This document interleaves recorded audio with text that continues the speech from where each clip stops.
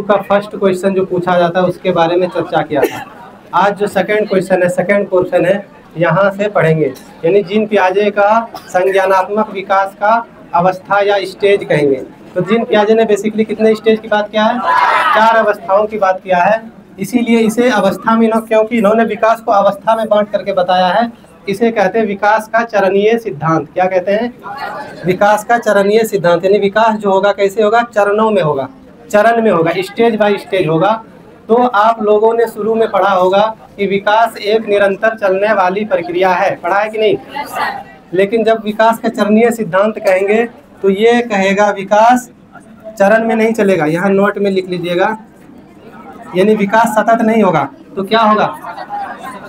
विकास का, आवाज नहीं आ रही है, विकास का चरणीय सिद्धांत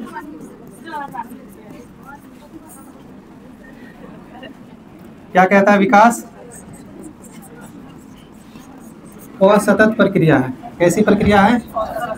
असतत प्रक्रिया है।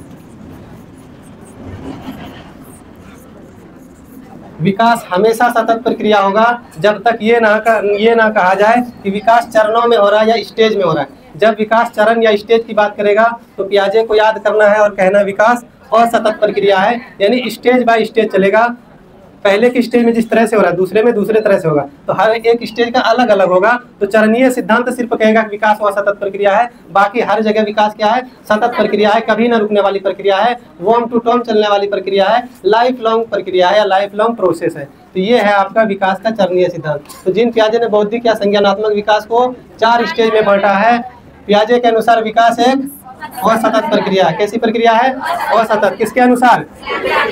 इसके अलावा विकास क्या है? सतत प्रक्रिया है, गुणात्मक रूप से चरणों में आगे बढ़ता है। तो ये जो विकास है कैसे बढ़ेगा? गुणात्मक रूप से बढ़ेगा चरण में। तो चलिए आइए देखते हैं चारों स्टेज को। Stages of cognitive development. सबसे पहला स्टेज क्या है?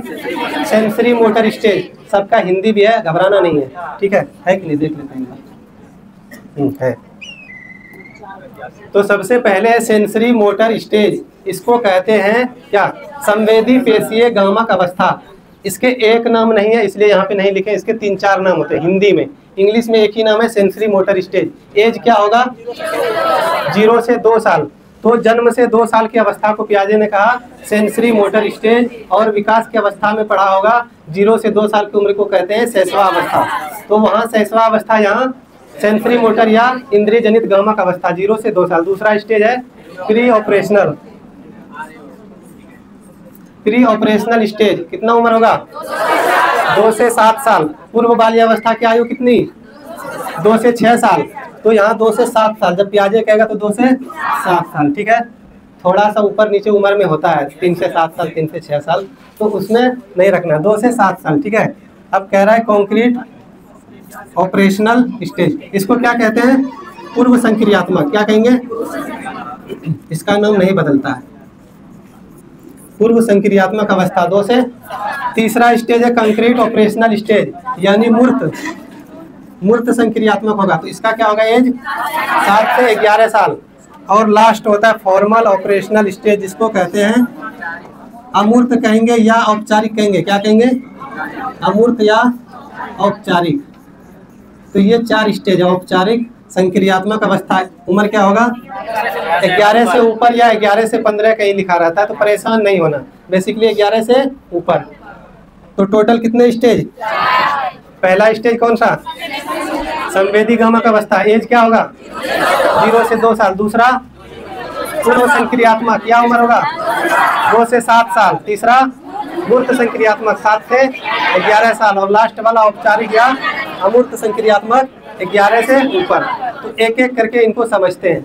जब ये स्टेज पढ़ाया जाए तो एक छोटे बच्चे को बड़ा करना है। कहाँ तक बड़ा करना है? 11 साल के ऊपर तक। तो देखेंगे पहले स्टेज में जो 0 से 2 साल होगा उसमें क्या क्या क्रिया करता है। अगर वो क्रिया कर रहा है, क्या मेरे घर में जो बच्चा था या है वो भी इस तरह की क्रिया करता है?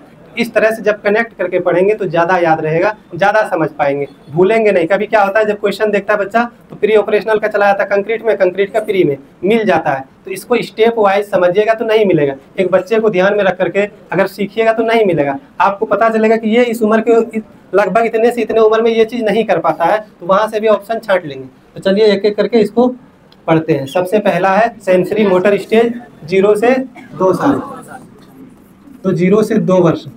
अब इस उम्र में बच्चा क्या क्या करेगा? छोटा बच्चा है, सबसे पहले छोटा जो जन्म लिया वो कैसे सीखेगा? क्या इस माँ बाप क्या सिखाएगा उसको? बोल करके, किताब दिखा करके, या लिख करके, कैसे? तो यहाँ पर बच्चे सेंस के जरिए सीखते हैं। बच्चे का टीचर कौन होता है? सेंस होता है, माँ बाप नहीं होगा, अभी छोटा है। माँ बाप तो पहला इसको ये टीचर है ही। तो पहला जो होगा बच्चा यहाँ पर सीखेगा सेंस के जरिए। और टोटल कितने सेंस? 5 ज्ञानेंद्रियाँ या 5 इंद्रियाँ होते हैं बच्चे में नहीं, मनुष्य में। तो हम लोगों में भी 5 इंद्रियाँ हैं। तो शुरुआती दौर में जब जन्म लेता है उस समय बच्चे किताब कॉपी देख करके नहीं सीखते हैं, वो इंद्रियों से सीखते हैं। वो अपने माँ के कपड़े की सुगंध से या गंध से पहचान लेता है, ये मेरी माँ है, आवाज़ से पहचान लेता है। तो ये फर्क कर पाता है। तो यहाँ पर इंद्रियों से, पहले इसका नाम क्या है? गत्यात्मक अवस्था। हिंदी वाले ध्यान दीजिएगा क्योंकि नाम ऐसे ऐसे बदल के आते हैं, ठीक है? गिरगिट देखे हैं, रंग बदलता है माहौल के अकॉर्डिंग, ये भी है। दूसरा इंद्रिय गमक अवस्था, इसी को कहते हैं इंद्रिय गमक अवस्था। फिर तीसरा नाम है संवेदी पेशी अवस्था। तो ये सब नाम है इसका, 3-4 नाम, और कोई नाम आ सकता है नया निकल करके। तो ये सब क्या हिंदी के नाम है। अब कह रहा है सेंसेस प्लस मोटर एक्टिविटी। बच्चे जो है इंद्रियों का इस्तेमाल करेगा, कुछ गति करके सीखता है। जब बच्चा रोने लगे, भूख लगता है, तो क्या करता है? वो चिल्लाने लगता है, रोने लगता है तो समझ जाता है कि इसको भूख लग गया। और बच्चा भी जान रहा है जब तक नहीं रो रहा है तो खाना नहीं मिल रहा है। वो भी धीरे धीरे उससे कनेक्ट करके सीखता है कि जब रोएंगे तभी खाना मिलेगा। तो जब आसपास नहीं देखा कोई, बस रोना शुरू, नहीं भी लगा है भूख, तो उनके पास कोई एक केयर टेकर जाएगा, तो उनको वो आदत लग जाती है। तो यहाँ पर ये सेंस के जरिए सीख रहा है, इंद्रियों के जरिए सीख रहा है, और मोटर एक्टिविटी करके, चिल्ला करके, हाथ पैर फेंक करके, इस तरह से। तो यहाँ से ये दोनों मिल करके ये टीचर होते हैं। तो सेंसेस आर टीचर। इंद्रियाँ ही क्या है? शिक्षक है बच्चे का, इंद्रियाँ ही शिक्षक है। पेपर पेन की यहाँ जरूरत नहीं है, ठीक। उसके बाद कह रहा है ये आपका कौन सा होता है? ये होता है इंद्रियां या सेंस। 5 सेंस है।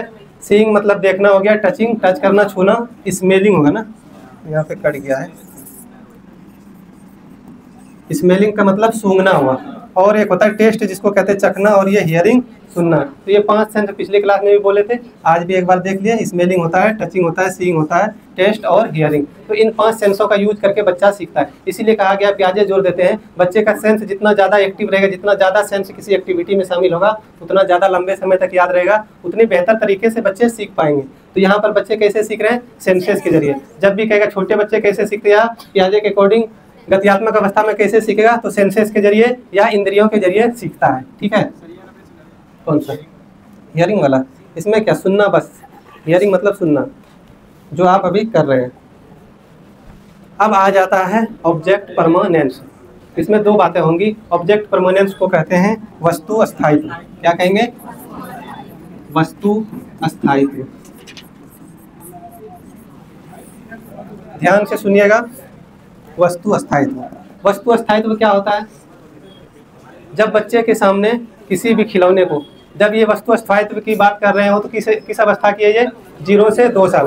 तो 0 से 2 साल के बीच में, शुरुआती दौर में जब बच्चे के सामने कोई खिलौना लाया जाएगा तो वो देख करके हंसेगा, मुस्कुराएगा, उसको दोगे तो वो ले लेगा। लेकिन अगर उसके सामने दिखा करके हटा दिया जाए तो वो दोबारा से ढूंढने की कोशिश नहीं करेगा, वो खिलौने के लिए रोएगा नहीं। जब नहीं रो रहा है तो कहेंगे बच्चे में वस्तु स्थायित्व की कमी है, ठीक है। यानी कि out of sight out of mind. Out of site मतलब नज़र के सामने से हटा तो दिमाग से भी हट गया, इसको कहेंगे वस्तु स्थायित्व की कमी। तो ये बच्चे में शुरुआती दौर में लगभग 8 से 10 महीने तक में पाया जाता है, यानी शुरू से लेकर के 10-12 महीना तक ये होता है वस्तु स्थायित्व की कमी। लेकिन 12-13 महीने के बाद बच्चे में वस्तु स्थायित्व की प्राप्ति हो जाती है। तो इसी स्टेज में वस्तु स्थायित्व की कमी भी पाई जाएगी और इसी स्टेज में वस्तु स्थायित्व आ जाएगा। मतलब जब वस्तु स्थायित्व आ जाएगा बच्चे में, तो उसके सामने से अगर खिलौना हटा लोगे या छुपा लोगे तो वो फिर धीरे धीरे ढूंढते आपके पीछे जाएगा देखने के लिए कि ये पीछे छिपा के रखा है। इसका मतलब जब वो खिलौना ढूंढना शुरू कर दे तो समझ लेना है क्या कि बच्चे के दिमाग से वो चीज़ें हटा नहीं है। तो आउट ऑफ साइट जो होगा आउट ऑफ माइंड नहीं होता है। तो 14-15 महीने के बाद बच्चे के दिमाग में से चीज़ें नहीं हटती है तो कहेंगे वस्तु स्थायित्व की प्राप्ति भी किस अवस्था में होगी? सेंसरी मोटर स्टेज में, यानी 0 से 2 साल में। तो इसी अवस्था में क्या देखा हमने, वस्तु स्थायित्व की कमी, इसी अवस्था में वस्तु स्थायित्व की प्राप्ति। और वस्तु स्थायित्व क्या होता है, जो चीज नजर के सामने है अगर वो दिमाग में बैठ गया तो वस्तु स्थायित्व है, हटा लेने पर भी ढूंढ रहा है, छिपा लेने पर खिलौना वो बच्चा ढूंढने लगा तो वस्तु स्थायित्व आ गया है, अगर नहीं ढूंढ रहा है, नहीं रो रहा है तो वस्तु स्थायित्व की कमी है। ठीक है, तो इसमें लिखेंगे out of site, out of mind. नजर से हटने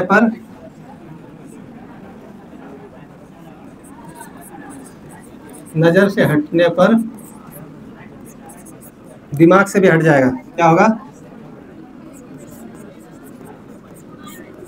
दिमाग से भी हट जाना। तो इस अवस्था में क्या होगा, इस अवस्था के शुरुआती दौर में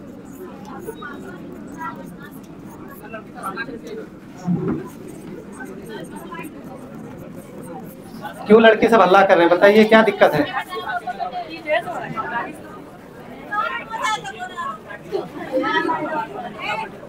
कोई बैठा लीजिए इनको।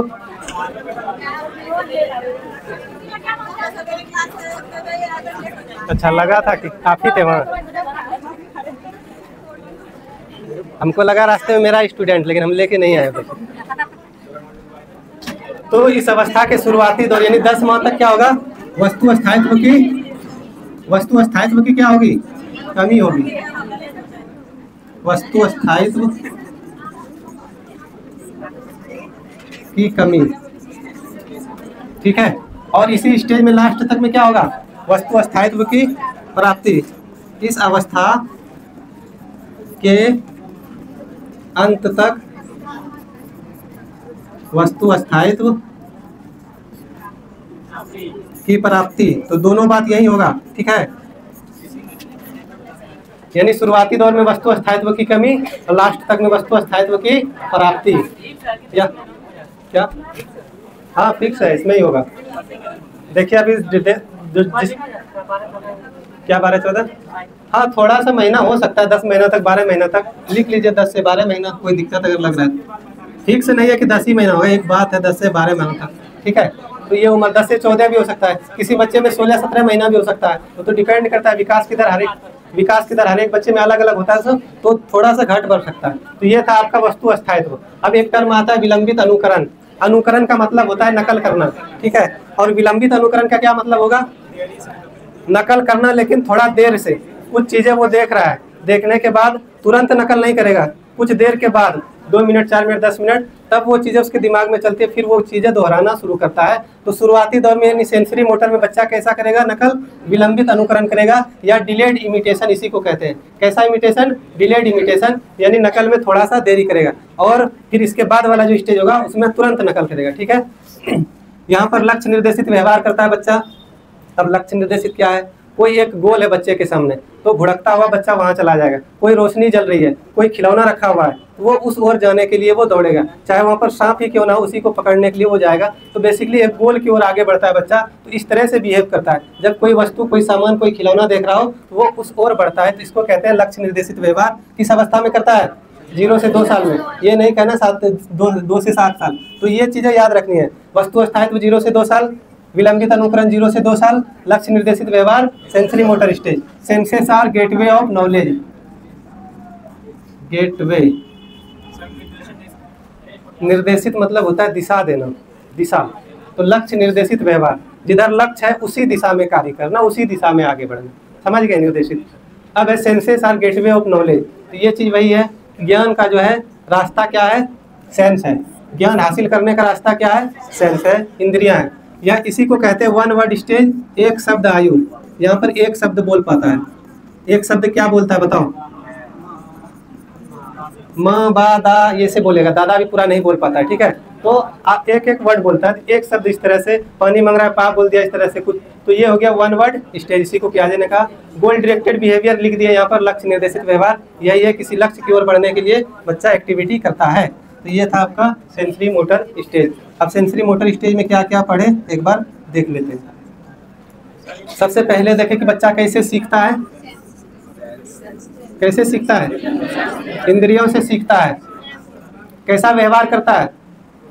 लक्ष्य निर्देशित व्यवहार करता है। कैसा व्यवहार? लक्ष्य निर्देशित व्यवहार।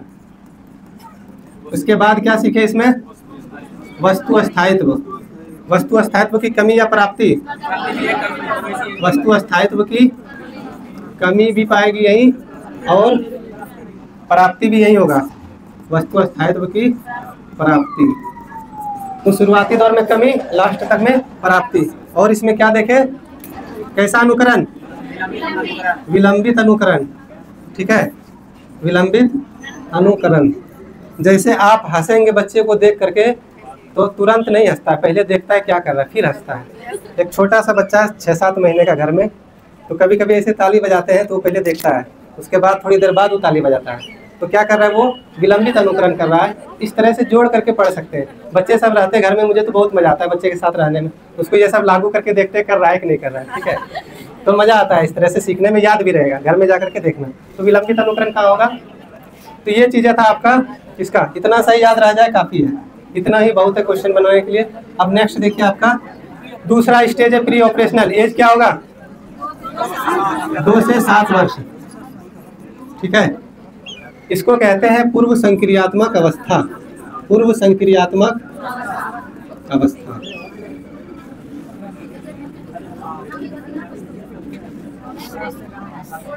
अब पूर्व संक्रियात्मक अवस्था 2 से 7 साल होता है। अब इसमें बच्चे कैसे सीखेंगे? यहाँ पर बच्चे जो सीखते हैं, यहाँ पर नकल करके सीखता है, कॉपी करके सीखता है, सामने वाला जिस तरह से कर रहा है। अब यहाँ पर बच्चा हो गया सेंसेस का तो यूज करेगा, वहाँ कर रहा है यहाँ भी करेगा। यहाँ ज़्यादा करो, जितना करवाओगे उतना ज़्यादा एक्टिविटी के जरिए सीखेगा, खेल के माध्यम से सीखेगा। यहाँ पर किताब कॉपी की अभी ज़रूरत उतनी नहीं होती है, लेकिन आज के दौर में किताब कॉपी ला दिया गया है। किंडरगार्टन प्रणाली पढ़िएगा, उसमें जब शिक्षा में पढ़ाएंगे टीचिंग मेथड में, उसमें देखिएगा बिना किताब के पढ़ाया जाता है। तो यहाँ पर आ जाता है, पियाजे कह रहा है कि बच्चे में एक टर्म होता है जिसको कहते हैं अहम केंद्रिता या ईगो सेंट्रिज्म। तो ये ईगो सेंट्रिज्म क्या है? ये ईगो सेंट्रिज्म क्या होता है? ध्यान से सुनिएगा। ईगो सेंट्रिज्म होता है कि बच्चे अपने आप को यहाँ पर केंद्र में रखता है। बच्चे सोचते हैं मैं जैसे चीज़ों को देख रहा हूँ तो बाकी दुनिया या बाकी लोग भी उसी नज़रिए से देखते हैं, मेरा जो नज़रिया है वही नज़रिया लोगों का भी है, ऐसा बच्चों को लगता है। मैं जो कर रहा हूँ वो सारी चीज़ें सही है, दूसरों को भी यही करना चाहिए। तो यहाँ पर केंद्र में कौन मानता है? बच्चे अपने आप को मानता है। जैसे ट्रेन में अगर वो चल रहा है, सफ़र कर रहा है, तो बगल में जो दुनिया घूमती हुई नजर आती है उसको लग रहा है कि मैं जो स्थिर हूँ और ये दुनिया मेरे चारों ओर घूम रही है, तो वही दुनिया है, बाकी घूम रहा है चारों ओर उसके। तो ये कह रहा है, तो केंद्र में कौन होगा? केंद्र में बच्चा अपने आप को केंद्र में मानता है बच्चा। ठीक है, अपने आप को सेंटर में मानता है। या कहता है कि मैं, बच्चा कह रहा है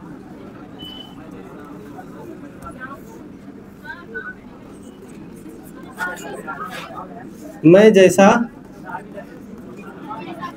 सोचता हूँ दुनिया भी वैसी ही सोचती है। ठीक है,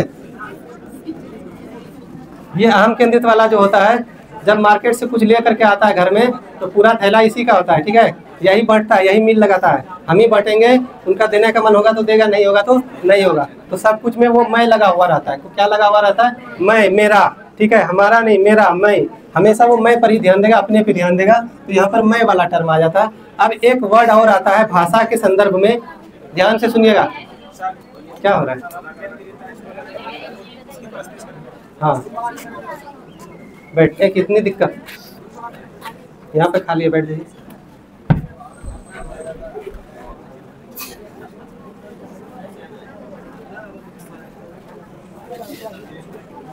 इसी के बदले या इसी को कहते हैं, एक भाषा के संदर्भ में समझिएगा। एक होता है अहम केंद्रित स्पीच या कहेंगे ईगो सेंट्रिक स्पीच। ये चीज़ें जब पढ़ाएंगे वाइगोस्की तो वहाँ भी क्लियर करेंगे।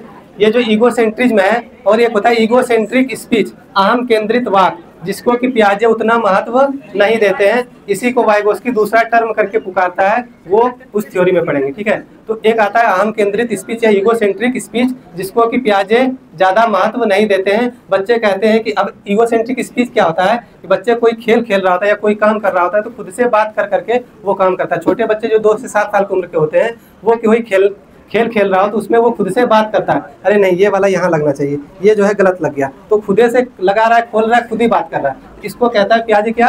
ईगो सेंट्रिक स्पीच, या आवाज नहीं जा रही है, स्लो है। अब ठीक है, तो अहम केंद्रित स्पीच क्या है? अहम केंद्रित वाक्य क्या है कि बच्चे खुद से बात करते हैं लेकिन इसका कोई महत्व नहीं है, ये पियाजे कह रहा है। वाइगोस्की इसको बहुत ज्यादा महत्व देता है और नाम भी दूसरा रखा हुआ है, वो वहां देखेंगे। अब कहता है इमिटेटिव एज, यहाँ पर क्या होगा? अनुकरण करने की आयु होगी। अभी बताए थे पिछले वाला में कि विलंबित अनुकरण होगा, लेकिन यहाँ पर कैसा होगा? डायरेक्ट अनुकरण होगा। अब तुरंत अनुकरण करेगा। कोई बच्चा अभी के दौर में तो देखे होंगे, कुछ इधर से बोलोगे तो वो भी उधर से वही जवाब देता है, ठीक है।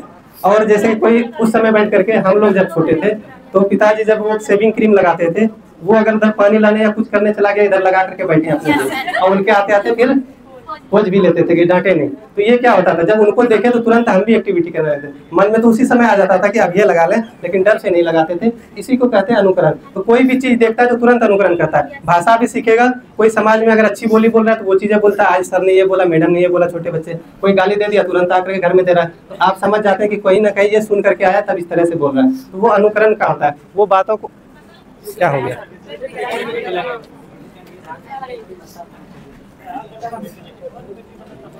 ये खुलेगा कैसे?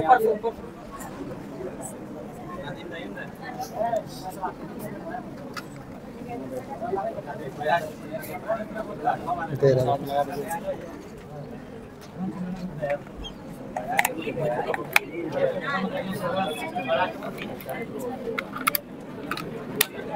अब जा रही है आवाज? चलिए ठीक है। तो कैसा अनुकरण करके सीखता है बच्चा? क्या बता रहे थे, भूल भी गए।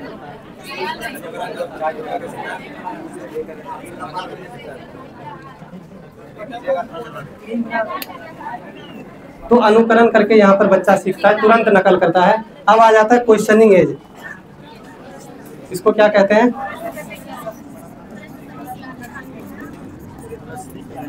किसी के घर में है बच्चा 2 से 7 साल वाला, क्वेश्चन पूछता है, इतना क्वेश्चन पूछता है, इतना क्वेश्चन पूछता है कि पगला जाते हैं। तो बोलता है क्यों हुआ ऐसा?